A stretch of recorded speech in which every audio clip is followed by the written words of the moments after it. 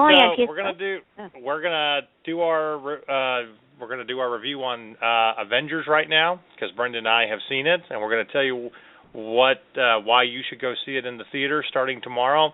And we don't give a crap about any embargoes by studios or anything. We're just gonna tell you about it tonight on our show. You know why? Because we can, and we are that naughty. nerd show. I know. Sometimes there's well, embargo. it's not we like can't we're going to tell say you. anything bad about it anyway, so, No, it's not not, like they're going to but be pissed with us. sometimes we have to wait to the very last minute before we release a review, and I don't always like to do that, but it's a give and take. Okay, so here's why Avengers 2 is awesome. It's Avengers 2. No.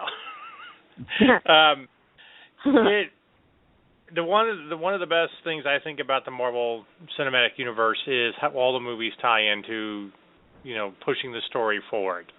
Okay, and you're definitely seeing what the story is with all of them now after you've seen another Thor movie, Captain America 2.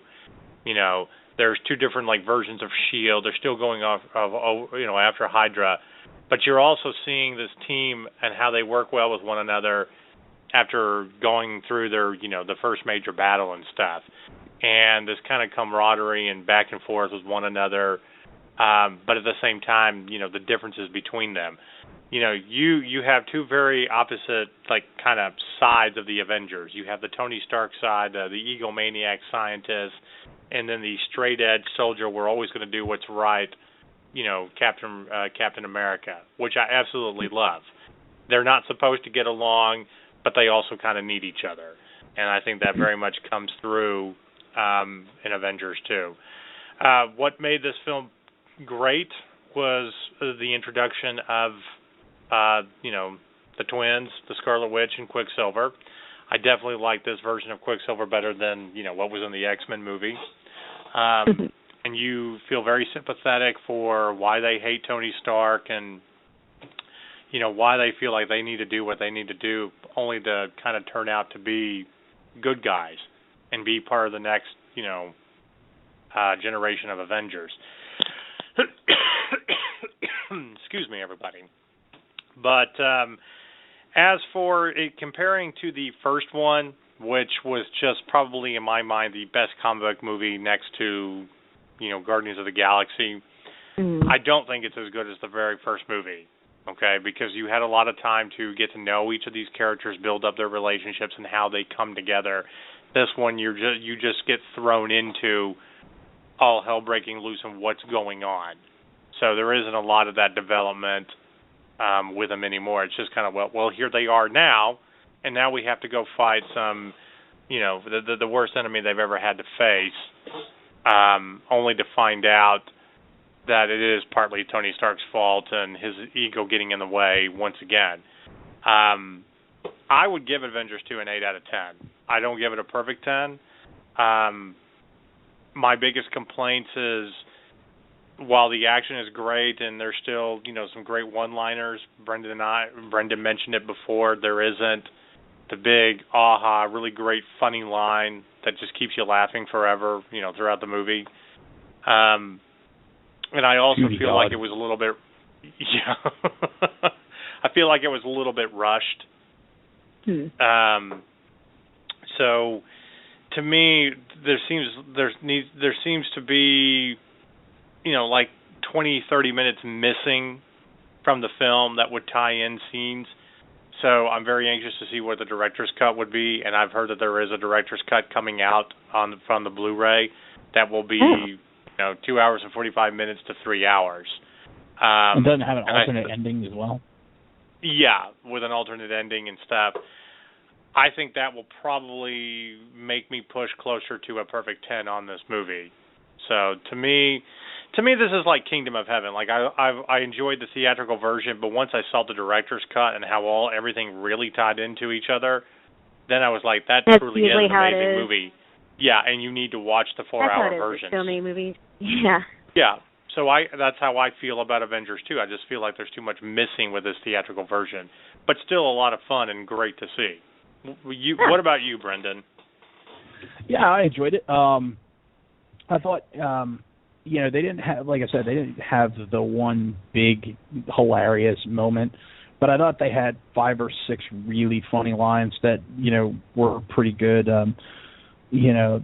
Thor and Vision had a great little exchange, and the fight between Hulkbuster Iron Man, and I know some comic fans will be like, that's not the Hulkbuster, that's a different thing, and yeah, I know. We're going to call it Hulkbuster because, frankly, it's easier than explaining that to everybody else.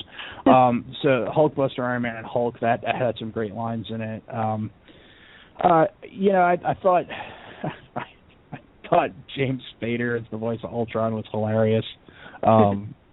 He was great. I mean, he's always great, though. I'm just imagining Raymond Reddington as a superhuman AI. So that was a lot of fun. It worked. I mean, the movie worked. I don't want to get too spoilery on it, but there were some good lines between Quicksilver and Hawkeye too, and I like how they actually gave Hawkeye a little bit more meat to chew on this time. Right. He wasn't just there for half the movie. They love Hawkeye. Yeah, I mean, they actually gave Jeremy Renner some. Well, that was really his fault, though. They didn't give him any material to work with in the first movie, and I thought he had a lot more to work with in this movie. He's kind of like the brainwashed victim, so I mean that was something. Yeah. And there's actually a fun little line in reference to that too. That's pretty good. Oh, cool. But so I thought all in all it worked. I think 8 out of 10 is a fair score for it. I don't think it was the best movie in the MCU yet, but I think it was a very good one. I think it does a nice job of laying the groundwork and setting up Civil War and the Infinity War down the line. Of course, we have to get through Civil War and Thor Ragnarok, before we get to Infinity War. But, it does a really good job. And it's for the first time they actually name the Infinity Gems what they are. I think Thor comes right out and says what they are. So I thought those were all good things.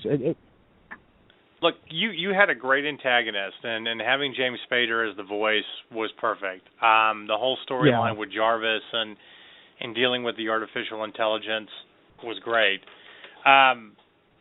And since we are kind of moving that way into the rest of our show... Yeah, tying into the next thing. I will say this. I love the references to mad scientists, embrace it. Tony Stark is an egomaniac and wants to keep tinkering with things that he probably shouldn't, but he knows he's not going to stop.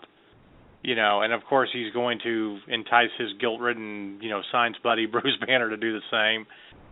And Ultron very much is the Frankenstein's monster in a lot of ways for them. But to have that storyline which will eventually lead into Civil War and stuff, this is what I was trying to say with Tony Stark and Captain America, very much opposites of one another, but they also need each other. But again, it's going to make things dicey, for the Avengers and for the whole little Marvel universe down the line. But you couldn't have gotten anybody better than James Spader, I don't think, to voice that. And it was nice to actually have Paul Bettany actually in costume on something instead of just hearing his voice. So, but anyway, and he was very good. Oh yeah, absolutely. Now, we're not going to say anything about the credit scenes or spoil anything for you on that, but I will say to end this review, the final scene with the new Avengers and everything, fantastic, and I can't wait to see more Marvel movies. And I think that's the good thing about Avengers 2.